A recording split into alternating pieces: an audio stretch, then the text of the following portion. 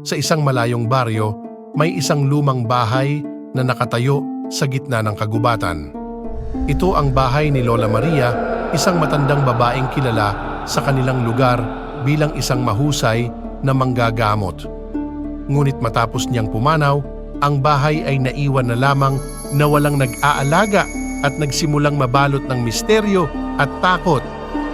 Isang gabi nagdesisyon ang tatlong magkaibigan na sina Carlo, Miko at Ana na magtungo sa bahay ni Lola Maria para alamin kung totoong may multo nga roon. Pumasok sila sa bahay ng dahan-dahan.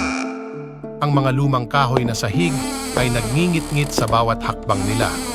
Biglang may narinig silang kaluskos mula sa itaas ng bahay. "Ano yon?" tanong ni Ana na halos bulong na lang dahil sa takot. "Siguro pusa lang," sagot ni Miko, pero halata ang kaba sa kanyang boses. Nang makarating sila, napansin nilang bukas ang pinto ng kwarto ni Lola Maria.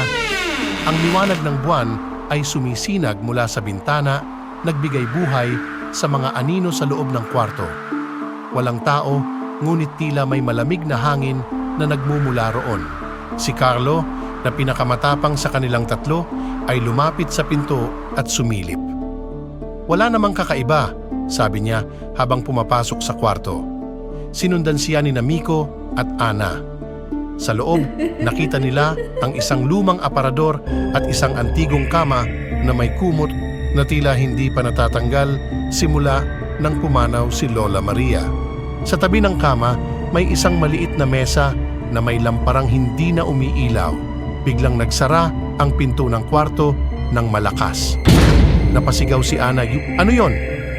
Sinubukan ni Miko buksan ang pinto, ngunit tila ito'y nakalak mula sa labas. "Hindi tayo makalabas!" sigaw niya habang pinipilit buksan ang pinto. Habang nangyayari ito, napansin ni Carlo ang isang lumang litrato sa mesa.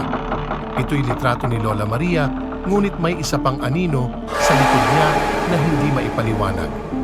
Biglang lumamig ang paligid at isang malamig na boses ang narinig nila. "Bakit kayo nandito?